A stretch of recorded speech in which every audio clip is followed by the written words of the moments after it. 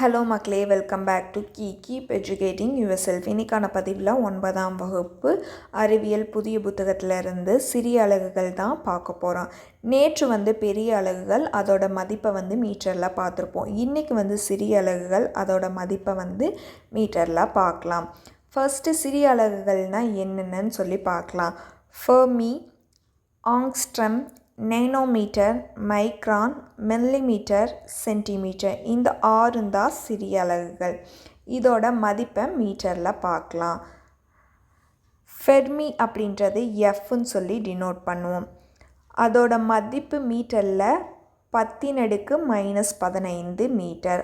ஒன்றும் இல்லை, இந்த 1/10⁻15 தான் நம்ம 10⁻⁻15 மீட்டர்னு சொல்லி எழுதியிருக்கோம்.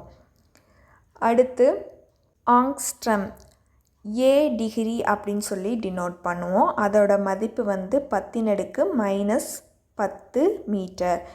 நேனோமீட்டர் அப்படின்றது என்னம்னு டினோட் பண்ணுவோம். அதோட மதிப்பு 10⁻⁻9 மீட்டர்.